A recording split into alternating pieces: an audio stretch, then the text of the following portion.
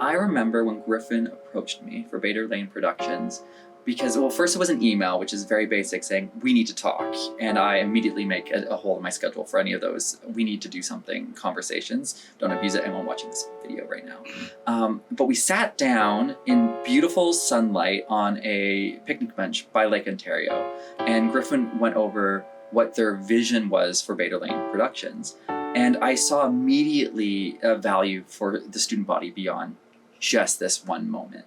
And I was rather touched by the driving force behind it. It was very selfless, and it was very meaningful in trying to bring together a building that has all these different resources within it, but also these strange, not territories, I won't say that, but walls between rooms, and was opening doors in those walls. And I always love when a door gets opened. I will still jump through a window when I need to, but I love when doors are being opened. And I saw a huge value in the student body connecting, because that's where it all starts, is where the student body connects. So I really remember the sun on my face and the river, at the headwaters of the river in Lake Ontario. And I was just sort of taken back by just how calm the scene was, and how, I think it was springtime was it was warm. The sun was warm. My jacket was off, and there was just this hopefulness just in the environment. And it felt right that this conversation was happening outdoors. I vaguely recall when Griffin approached me about Bader Lane's Productions. It was at the start of a school year. I was getting a lot of things going, and this flyer came across my desk. And Griffin was like, "Hey, I'm starting a club. Can you talk to your students about it?" And I was like, "Yeah, sure." And then I asked for a digital copy so I could share it on my OnCue to my group. The courses I teach are production courses, so I was interested because the hardest thing in production courses is getting students experience, getting them out and shooting things on their own for their own reasons. So I thought this club would be a great way for them to meet up with other people who just want to make things.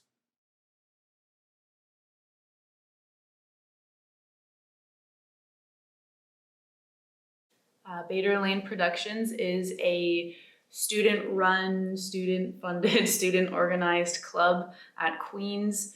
And just a bunch of different groups who work on short films and other projects.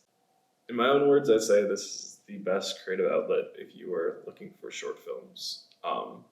Bader Lane is an extremely welcoming community, which teaches you not only about yourself in some manners, but also other people, how they react, and how to essentially portray a character that may not be one of your own. So far, for me, Bader Lane Productions has been an opportunity to explore acting and get some experience that I've never really had the chance to get before. And hopefully, if I continue, I can maybe make some kind of portfolio or get really used to doing film, you know? Great. Productions is like student. It's a group of students trying to make films. I think that's a pretty accurate way of putting it. Okay. And I'm one of the directors, so Oh, good. we make movies. Bader Lane Productions is a club. It's a combination, it's a unification of the film department and the dance school in a pursuit to make films. Bader Lane Productions, in my own words, is a meeting place between performance and filmmaking. A place that gives autonomy to the emerging film artist, but also welcomes in people not necessarily directly within that lane. And that's where I see innovation in filmmaking, innovation in design, and innovation in performance qualities for film and media space. And I hope that answers the question. I see it as an amazing meeting spot to just try things out in a low-risk environment. Bader Lane's Production, to me, is a student-run group and production company that produces their own films from within the group. The group shares their skills amongst one another to help produce film as an extracurricular activity.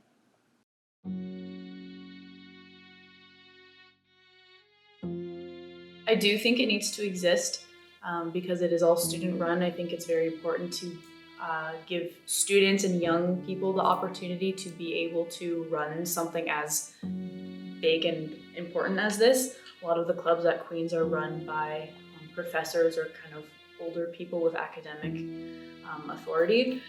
So I do think it's very important for the students to be given this kind of responsibility and opportunity and, freedom and leeway and stuff like that.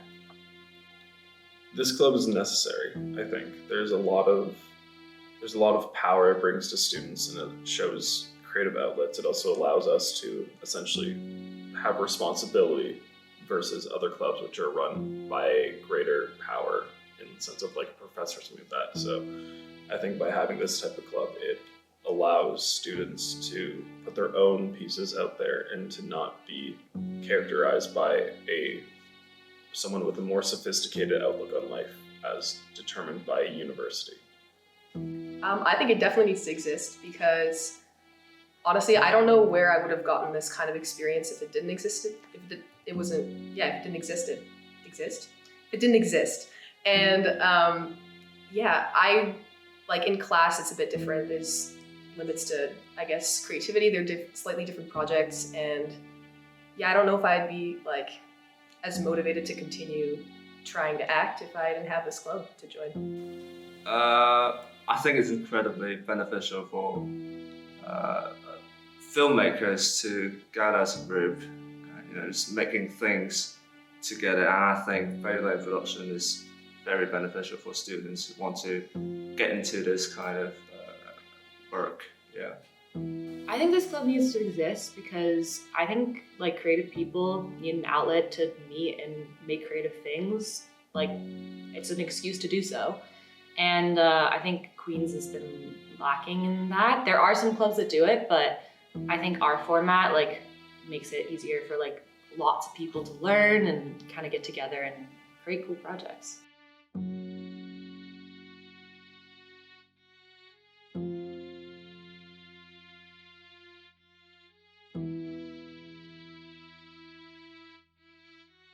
Yeah. So Bader Lane Productions was started because I noticed that there was a lot of gap between the drama and music side of things with the dance school and the film and media side of things. So there was no crossover between the departments. And in fact, even the drama and music students don't really talk too often unless they're putting on a show. And the film and media side of things, if you're in film and map, usually you kind of do things on your own, which means you typically have to act in your own shorts, which usually doesn't turn out too well. So when I saw that, I started to try and piece it together how I could organize something a little bit better. And so I decided to start this club that would focus on bringing people together to produce short films, but obviously participating in ways that they would prefer to do so. And because of that, I started to put this club together. Actually, the reason we called it Bader Lane was because I was sitting in class and I wanted to have some sort of connection to the Isabel Bader Center, which is the home of the film and media portion of Queens. And I ended up coming up with Bader Lane, which was just down the street from my class at the time. I was doing this in class. And we came up with Bader Lane Productions, and that's kind of how things started. But my overall vision was to try and make this school a better place as far as production goes, and really try and hammer out a lot of the difficulties that we have here in the departments.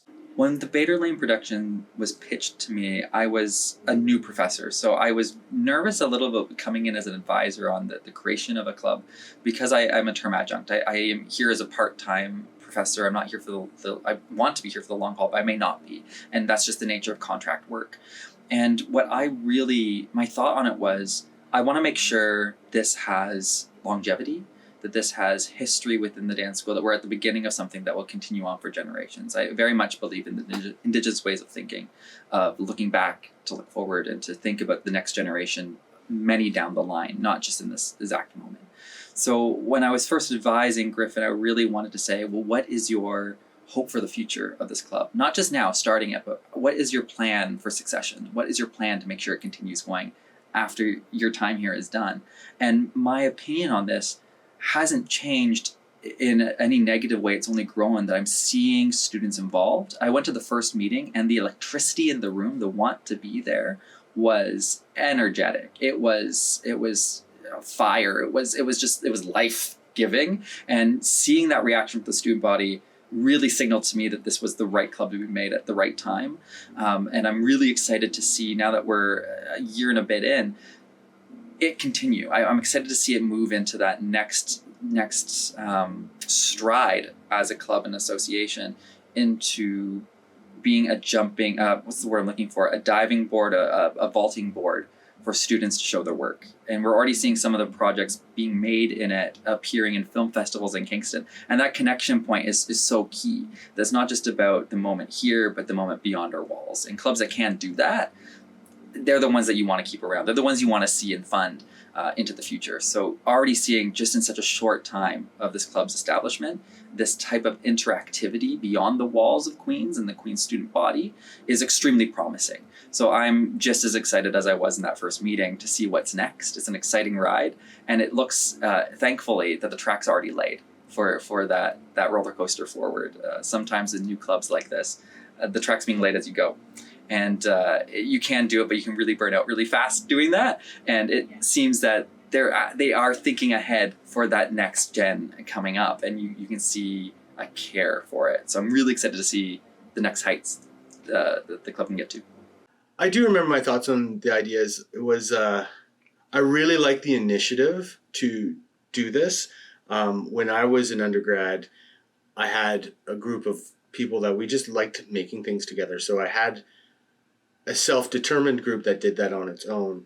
So I thought it was really nice here in the department at this, at Queen's University, to have a similar drive to just want to make things and get together, use what you learn in curriculum and courses and apply it on your own things. And I thought that was very valuable.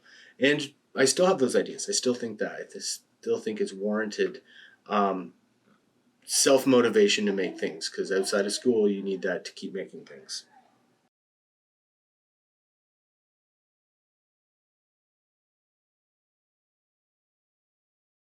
Meetings are great. The meetings are great and informative, and they help and they get the project going. But obviously working on set is like my favorite thing. I like directing. I like making creative things. So like working with people as a team to create something, that is definitely the inspiration that I enjoy. That's the fun part of the club. I think there's always something to learn, whether it's editing, shots, different portrayals of characters, even some screenwriting to a degree. I think there's something to always learn, and due to it being a student-run club, we learn off each other versus someone telling us what's right and wrong. I like the meetings too. Like we were talking about like editing and all kinds of other film-related things, and I feel that I get to learn more. And when I get to hear about like how other people's projects are going, that's also, it's nice. I like the meetings too. Yeah, Griffin did a great job in running the club. Yeah, the meetings are actually beneficial, and it's not just time wasting. Like the people I meet in this club are, well, at least for me, the crews are fantastic. So can't really complain about that.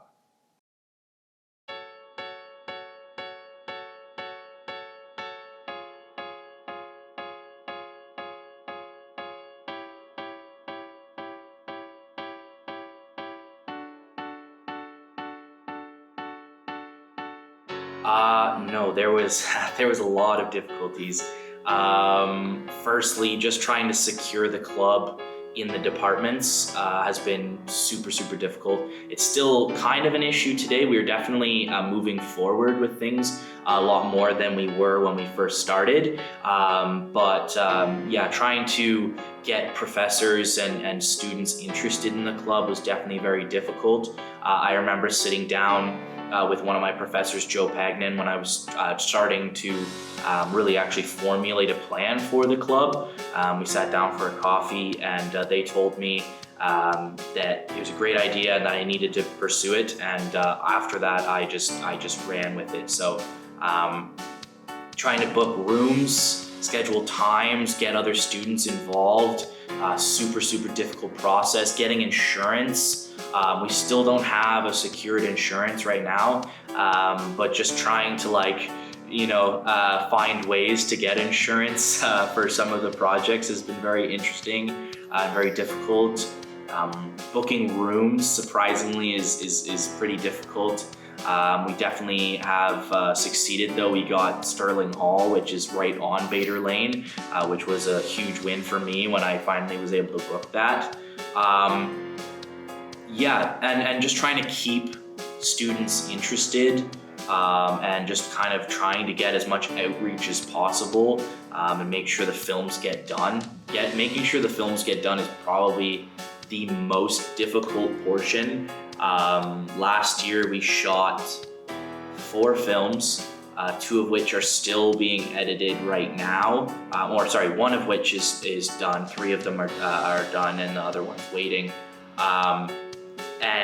We were supposed to have about 6 or 7 films. And also last year and this year too, when we started, we had roughly 65 signups for people that are interested in participating.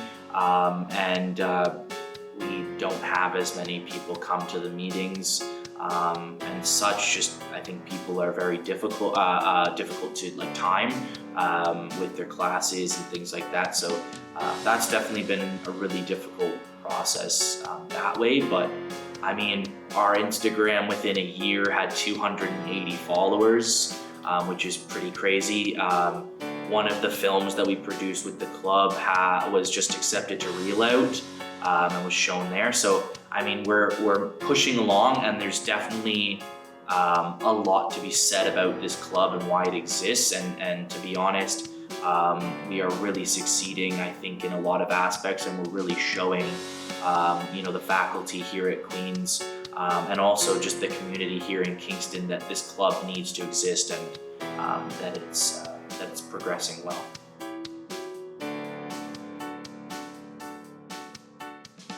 What sets the Bader Lane Productions apart from a class is that students are in many ways governing students, but they're establishing what type of hierarchy that they want to see within an industry, within a culture. Within a classroom, no matter how much you try to foster an egalitarian approach or an equal foothold approach, it is always going to be usually undermined just by the nature of a professor being in the room. There's a power dynamic there. There's grades that need to be awarded unless it's a pass-fail situation. There is always going to be a power dynamic, not struggle, but a conflict of trying to impress someone with your work. Whereas looking at it from a club perspective, you can take that away and actually risk quite a lot, because failure is only to the accountability of yourself and the team around you. It's not towards this longer longevity of, is my GPA going to suffer? Am I able to get to the MFA because of this? And because of that opportunity, you can see the daring we hope to see in class. As a professor, I want to see that risk, but I can understand and appreciate why I don't get to, because of that fear of the power dynamic, the fear of what, as a professor, our background is coming in. Students know we have experience, students know we have historied careers, and they want to ultimately be hired or impress us or show off their chops in a way that will make them last in our memories for time infinitum. And they will sometimes, I won't say pander, but curb their experiences to try to make sure that it stays in the mind of that professor, but aren't always true to their genuine selves because of that power dynamic. And I'm excited by this club because it's for them, by them. They can be true to their genuine selves, and they make waves that are so noticeable. So as a professor looking in, I'm so excited by the work I'm seeing out of the club because it removes that structure, that institutionalism. That's not a word, that institution that can mire. Unfortunately, it used to be the other way around, I think, historically, but can mire abject creativity. I would like to see a return to that, but it's through clubs like this that we get closer.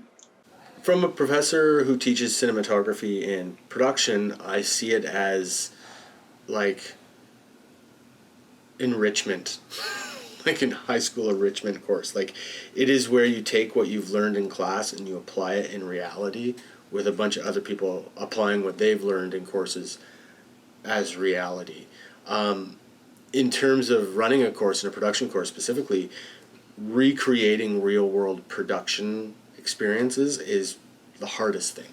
The hardest thing, because you're in a studio, you're usually in a class of 28 students with multiple camera kits, and it's, you know, you don't have time to really workshop every individual shot and setup, where I think in a club like this, producing something, you can take the time to focus.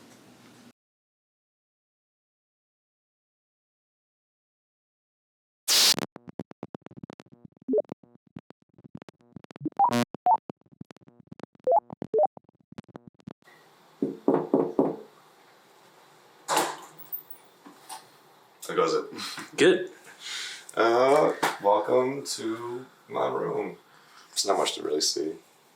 I mean, I got a few posters around. Like, my room is very, I don't know, bland. There's no personality to it. But, like, I love to put all of that into, like, my drawings, into, like creative ideas and my concepts. Like, for Bader Lane, I'll show you some of my initial drawings. It's somewhere here in the back of the book. Yeah, one day I kind of tasked myself with doing the Bader Lane logo, and I found myself a few images, fonts online. Really wanted to combine together like a representation of the music, art, and the film departments, and just put them into like one design. And with this, it kind of, you know, speaks to all programs. See, you got a little masks here, musical notes, film reel, even a bit of a kind of a mask, kind of how a drama department would have around it. You know, just kind of play with some ideas. This was like this is what I did within maybe a few hours. You know, I'd like to think if I had more time, I'd make something a lot more grotesque and cooler, but. Yeah, that's what we have. Why did you change the design from the original? Well, I'm such a nerd for like detail and creativity and like what kind of like message we're trying to convey with like whatever it is. If it's logo, if it's a like slogan, either or. Like I don't want it to seem like an over influx of information. We kind of want to keep it nice and simple, because I take this club seriously as much as any other production companies does with theirs. And so with this design, I guess the second one is what we went with, without the musical notes and some other aspects. I just didn't want it to seem like it was too much to look at, you know, because I thought it was more appealing to me. It's my best way to describe it. Fair enough. Yeah. Do you remember when you signed up for the club and why you signed up at the time? Mm-hmm. So you were very convincing to me when I did sign up. You like hearing that like we wanted to start our own little production company as students. That got me really excited. Like obviously I was going to be on board with it, but what really had me intrigued was that like you seem so dedicated and like so intent on it. Like we really came up with a plan for what we wanted to do for not just ourselves, but for a lot of other students. We wanted to give them an opportunity to really like explore their freedom as much as they can, their creative freedom. And in order to do that, we needed to have a pretty intricate and like uncomplex system set in stone. And in the earlier stages, I kind of was following your lead in a way, and then kind of picked up on other like areas that maybe we were a little bit wavering with, or things that we were like kind of overlooking. Just kind of hard stuff to come up with examples in the moment, but no, just it was a mix of our passion and just having a finite system in place, because organization is really what like propelled us to be where we are now, and it's still prospering to this day. So yeah, that's what I liked. Are you happy with how the club's turned out and what has become of it? Mm-hmm. Of course, yeah. I was initially a little worried because I really wanted to convey to everybody a part of the club that like we're putting, like by we I mean you, me, the executive team, we're putting in so much like effort into like making this like actually worthwhile and not just like sound like some cool idea. Like we really want people to actually commit to their projects as much as we were committed to them making their projects. And then over the past couple of years, it's gone in a really like amazing route. Like I've seen some projects that like I can really tell that they had a lot of fun with it, and seeing that made me very, very happy. You know? Yeah, like, and there was one. It was Canopsia, was it? The one that got screened at the Real Out Film Festival. That one, man, that had me jumping for freaking joy. You know, to see some folks succeed with their projects run through our program. That was like one of the most satisfactory like things I can ever that ever happened to me in my early career in film, and it's something that that'll hang with me for the rest of my life. So, yeah.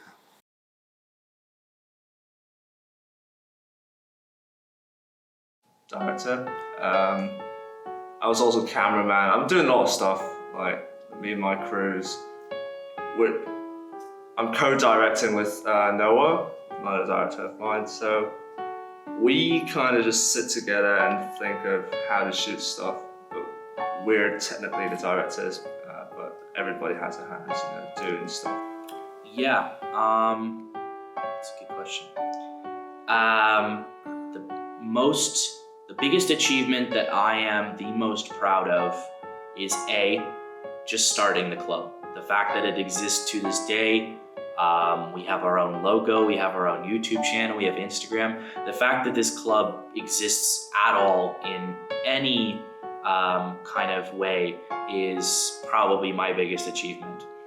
My second biggest achievement is the movies that we produced are good. They are enjoyable. People want to see them.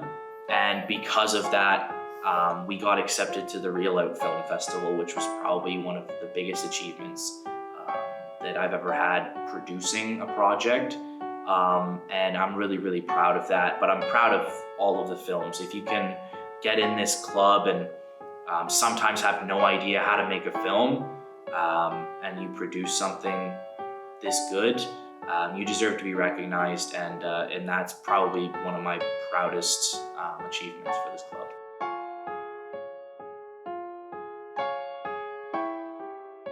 Is the club going to continue when you're not here? I'd be pretty. I mean, honestly, be pretty upset if the club were to end after our 10 years at university. But I know that level of passion that like the folks that were part of our club had for their projects, it won't go away. That'll always exist. I'm sure they'll find other ways to come up with like their own ideas and explore their creative projects. But as far as Bader Lane, yeah, like there are some folks who are like willing to keep this going for us. Like we talk to some people. Hopefully that works out well in the future, but we'll get more into that a little bit later on. But otherwise, yeah, like I think I'm more like, even if Bader Lane were to discontinue after this year, I'm still very confident that that like students here at Queen's will find a way to still make their own work. And not saying that they don't need us, but it's always best to have like a little help a little bit of help and a little bit of support behind you, and this is what that club offers. I think Queen's is an excellent place for this club to exist. We're doing a lot with what we were given. Of course, there are, better places for it to exist just because certain universities have a higher, budget and recognition for film. Queen's isn't really that kind of school. But there's lots of diversity here at Queen's, a lot more than I was expecting, honestly, when I first came here. And people from all over, the province, the country, programs, the university, whatever, came together and are in this film. And I think that's very important for something like this. And so Queen's is an awesome place for this. Yeah. For the club specifically, I think it is a great place for it to be. while there are better locations for filming, such as Toronto or Montreal or Vancouver, which it could excel at those universities such as UBC or U of T, I think it being at Queen's allows the creative outlets of those who are in film and map to also guide those who are not, because Queen's is known as a school which has a wide and diverse body of students. And I think the club allows those people to have creative outlet and have their thoughts put out there in something that's not just academic related. I think just any university should have something like this, and Queen's is a great place to do that. I think there's a lot of passionate students that like inspire other students to continue in this kind of field. Yeah. I don't have any reference to like what if this club would do better elsewhere, but the one thing I can say is that the reason why I believe this club exists is because it's filling a void that Queen's didn't have. And so that's why I think it's the best that it's here, because if it wasn't here, then Queen's wouldn't have these opportunities and you wouldn't be able to do these things. So not that like a club wouldn't do better elsewhere, or maybe Queen's not the best environment for it, but I think Queen's needed it. So it's filling that role. There was a lot of discussion about that this club should be taken off campus, that I should take it with me when I graduate this year. And to be honest, I don't want to do that. I started this club for Queen's to benefit the Queen's Film and Media Department. And because of that, I want it to stay and I want it to grow and I want it to really get secured into the departments here. To be honest, I think that we're supporting students in ways that classes just can't. And because of that, I want this club to stay and I want it to succeed. So my overall goal is for it to thrive here and last as long as possible. So I may graduate this year. I may come back for my master's, cross our fingers. But no matter what, this club's going to stay and it's going to grow and it's going to continue to thrive. And I'm doing everything that I can to make sure that that happens.